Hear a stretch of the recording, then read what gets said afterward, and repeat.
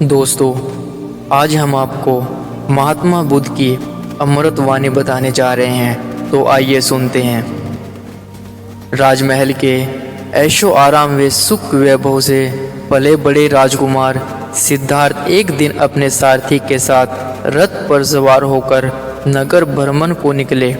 और भ्रमण के दौरान जब उन्होंने एक कृष्यकाय वृद्ध व्यक्ति को देखा, एक रोगी मनुष्य को देखा और लोगों के कंधों पर एक मर्द व्यक्ति के शव को जाते हुए देखा, तो उन्हें मनुष्य जीवन की नश्वरता व सांसारिक सुख वैभव की क्षणभंगुरता का ख्याल आया। और तभी उनके मन में घोर वैराग्य जाग उठा। फिर उसी वैराग्य भाव के कारण वे ग्रह त्याग कर अमृतों की मोक्ष की ज्ञान की खोज में निकल पड़े। वर्षों की कठिन तपस्या के बाद उनके हृदय में ज्ञान का अमृत प्रकाश उतरा और वह सिद्धार्थ से गौतम बुद्ध बन गए। और बोध होते ही बुद्ध का जन जन को ज्ञानामृत पिलाने के निकल पड़े। मार्ग में जाते हुए बुद्ध को देखकर एक व्यक्ति ने पूछा, कहो तुम कहाँ जा रहे हो और तुमने किस विचार से संसार को त्याग किया है? तुम्हारा विचार क्या है? क्या तुम आगे करना चाहोगे? तब गंभीर और शांत बुद्ध बोले, मैंने सभी कामनाओं का दमन किया, मैंने इंद्रियों पर विजय प्राप्त की, मुझे महान ज्ञान प्राप्त हुआ, मैंने निर्वाण प्राप्त किया और अब मैं संसार को अमृतों का संदेश देने जा रहा हूँ। उस व्यक्ति के प्रश्नों का उत्तर देकर बुद्ध अपने मार्ग पर आगे बढ़ते गए, जहाँ उनके कुछ नए शिष्य बने और उन सबको उन्होंने अमृत संदेश देते हुए कहा, हे शिष्यों, जिन्होंने संसार को त्याग दिया है उन्हें ये दो बातें कभी नहीं करनी चाहिए। सर्वप्रथम जिन बातों में मनोविकार उत्पन्न होते हो और दूसरी वे तपस्याएं जो केवल शरीर को, मन को दुख, कष्ट व पीड़ा देने वाली हो। इन दोनों बातों को छोड़कर बीच का मार्ग यानी मध्य मार्ग अपनाओ, जिसमें मन को शांति और पूर्ण आनंद निर्वात प्राप्त होगा। इससे आपको बहुत शांति मिलेगी। उन्होंने 4 अर्थ सत्यों को घोषित करते हुए कहा, हे शिष्यों, संसार दुखों से पूर्ण है, दुखों का कारण भी है, दुखों का अंत सब भी है और दुखों के अंत का उपाय भी और मार्ग भी है। बुद्ध फिर बोले, वत्स, सारा संसार यातनाओं से भरा पड़ा है। दुख की जड़ क्या है और वह कहाँ है, उसकी खोज करो। तृष्णा और आसक्ति दुख की जड़ है। दुख रूपी पदार्थ को सुखदायी समझकर तुम व्यर्थ उसके पीछे पड़ रहे हो।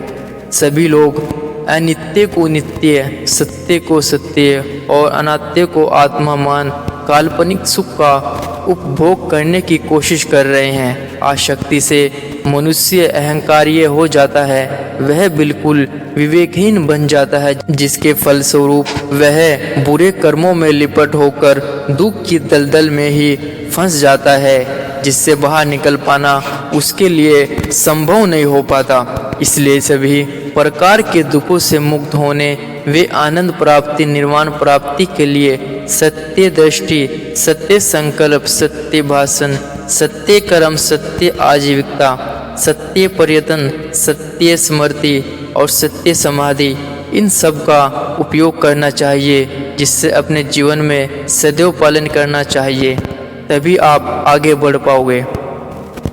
इसके सिवा बुद्ध ने समय समय पर अपने शिष्यों, अनुयायियों और जन समुदाय को अन्य नीति तत्वों का उपयोग करते हुए कहा, मेरे प्रियजनों, हमारी आज की दशा हमारे बीते हुए कल के विचारों का, मनोभाव का, कर्मों का परिणाम है। इसलिए अपने वर्तमान विचारों, मनोभाव और कर्मों को शुद्ध करो, पवित्र करो, तभी तुम सुख प्राप्त कर सकोगे।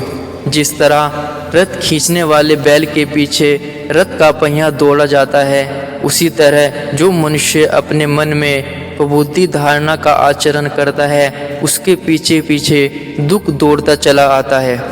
भगवान बुद्ध आगे बोले, उसी प्रकार मन में शुभ भावना अथवा सुविचार धारण करो। जो मनुष्य अपना आचरण करता है, कर्म करता है, उसके पीछे पीछे शुभ छाया के समान सदैव बना रहता है प्रियजनों, जिस तरह शिलामय पर्वत को वायु का झोंका नहीं गिरा सकता, उसी प्रकार जिसने अपनी इंद्रियों पर पूरा अधिकार जमा लिया है, उसका भोजन शुद्ध, सार्वजनिक, सात्विक, नियमित और संतुलित रहता है। जो श्रद्धावान और मन में सबल होता है, उसका काम और मोह बाल भी बांका नहीं कर सकता।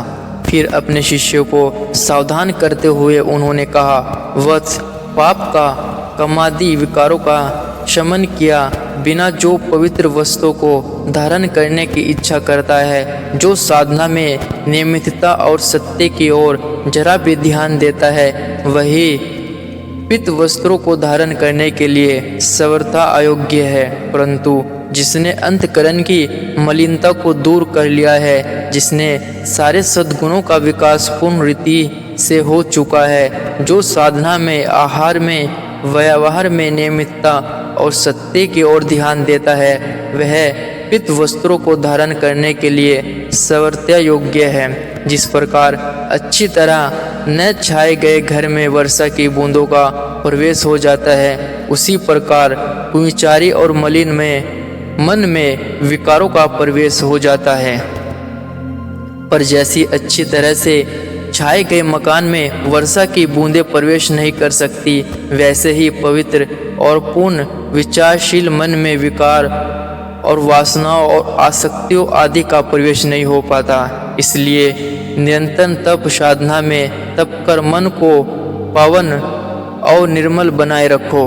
मन के निर्मल पावन होने पर ही मनुष्य सदाचरण करता और सदाचारी होता है। वह पुण्य कर्म, शुभ कर्म करता है और ऐसे मनुष्य को ही इस लोक और परलोक में आनंद प्राप्त होता है। गौतम बुद्ध ऐसे अनेक अवसरों पर अपने अनुयायियों को अमृत संदेश देते रहे, ज्ञान अमृत पिलाते रहे और उनके लिए आनंद और निर्वाण का मार्ग प्रस्तुत करते रहे। जो सचमुच उनके उपदेशों को अपने जीवन में उतार पाए, वे सचमुच ही आनंद और निर्वाण को पाकर धन्य हो गए। तो दोस्तों, ये महात्मा बुद्ध के वो अमृतवाणी थे जो जीवन को सफल बना सकते हैं। तो दोस्तों, कैसी लगी हमारी वीडियो कमेंट करके ज़रूर बताएं और हमारे चैनल को सब्सक्राइब करना ना भूलें, जिससे हमारी आपको सारी वीडियो आसानी से मिल सके। तो मिलते हैं नेक्स्ट वीडियो में।